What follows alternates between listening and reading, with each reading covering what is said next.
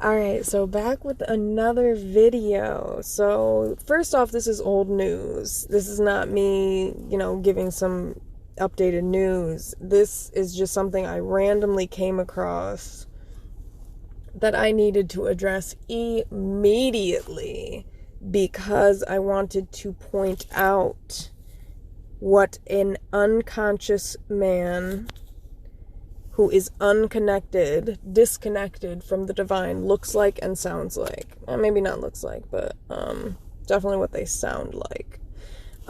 This bullshit. I've cheated. Adam Levine insisted monogamy is not in our genetic makeup in unearthed interview. Blah, blah, blah. Okay.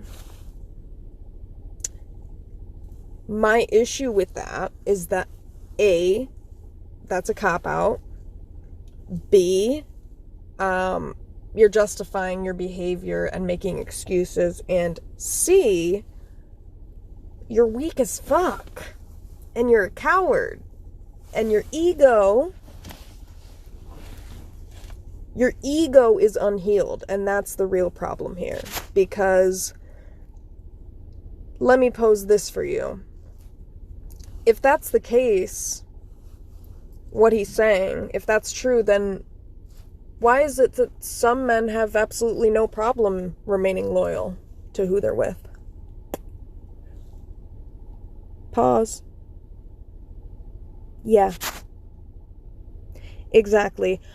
My point there is that men who are able to remain loyal are doing so because they choose to, and they're able, or they do choose to, because their ego is at a healthy enough place where they have self-control and they have control over their ego. They don't allow their ego to control them, or their emotions to control them, or their genetic makeup to control them.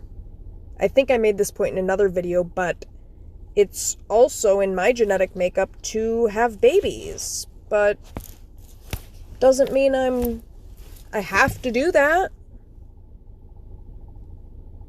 And I mean, that just sounds ignorant.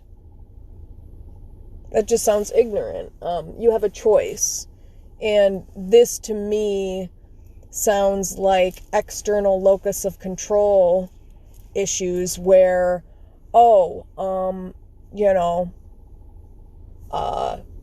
the devil made me do it, like that's like basically what you're saying, it's like, that's just in my genetic makeup. That's why that happened. It's not because you have horrible impulse control and inability to regulate your own emotions so that you can take a step back before you make a horrendous decision that if you took the time to consider how much that was going to hurt the person you were with. Yeah, that's really what's going on, but he's using this as a cover to basically mask his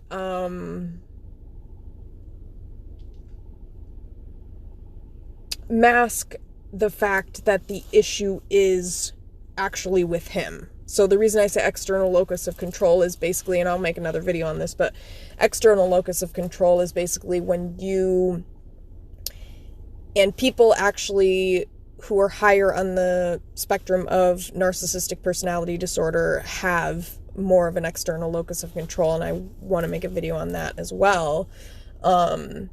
And that is why they have such a hard time taking accountability for things, taking responsibility, just like him right here. He's not taking accountability. He's just shirking it off to, it's just, it's just not my genetic makeup. So, my dick made me do it.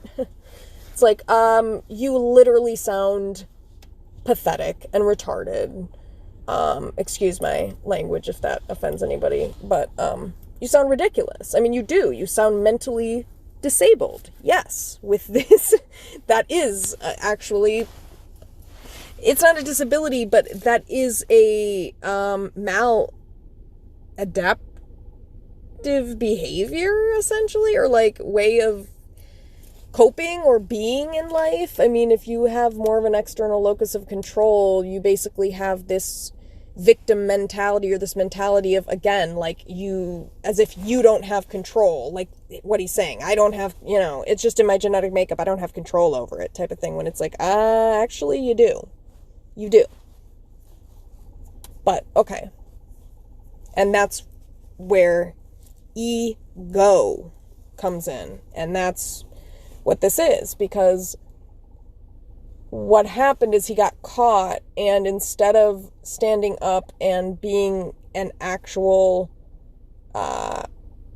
like a mature adult about it and saying, hey, yeah, I made a horrible decision and I'm a piece of shit, instead he says, well, yeah, I've cheated, and that's because it's not in our genetic makeup, it's not because I'm shitty. No, you are. And your decisions are shitty, too. So, again, this is a person who has higher traits of narcissism, or is higher on the spectrum of narcissism, will use these things as deflections because, again, they are unable to really fully admit and look at, again, there's a shame component to this, so it's probably shameful and embarrassing. So how somebody with higher, and I'm not saying he's a narcissist, by the way, I'm saying higher traits of it. We all have traits of it. Some people have higher traits. People who cheat have higher traits of narcissism, because in order to cheat, you have to be at a place where your ego is inflated to where you're not considering someone else. You're only considering your own wants and needs. That's an unbalanced ego.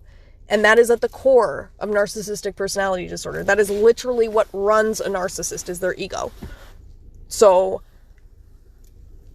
this right here is a perfect example of external locus of control, and how, something must have happened in his childhood where there was, I don't really know that for sure, but something taught that, like an external versus internal locus of control. An external locus of control is taught when somebody is taught that they, in some way, shape, or form, whether directly or inadvertently, they're taught that they don't really have agency over their own lives, or themselves, or their behavior, etc. Like you see here.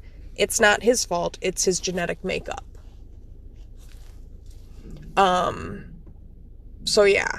And that comes from, with parenting, a lack of discipline and boundaries, sometimes a lack of it can come from that. It can come from a lot of things, though. So let me not just, whatever. That's not the point of it. I'm not trying to diagnose this person. Adam Levine. This is not, no. It's just an example to show what external locus of control can look like. We all have either external or internal locus of control, and some of us have more of an external, and some of us have more of an internal. I also have more of an external locus of control, I believe. But also, I think people who are more people pleasers and codependent also have more of external locuses of control, and I believe that might be why narcissistic people and codependent people end up together. That's part of the reason, because they both have external locuses of control. So they both, in a sense, have some type of victim mentality where they don't believe they have control over themselves or their lives. Hence why they give their power away, or in the narcissists, or on their part of things, that's why they feel the need for the control, because they feel out of control. And yeah.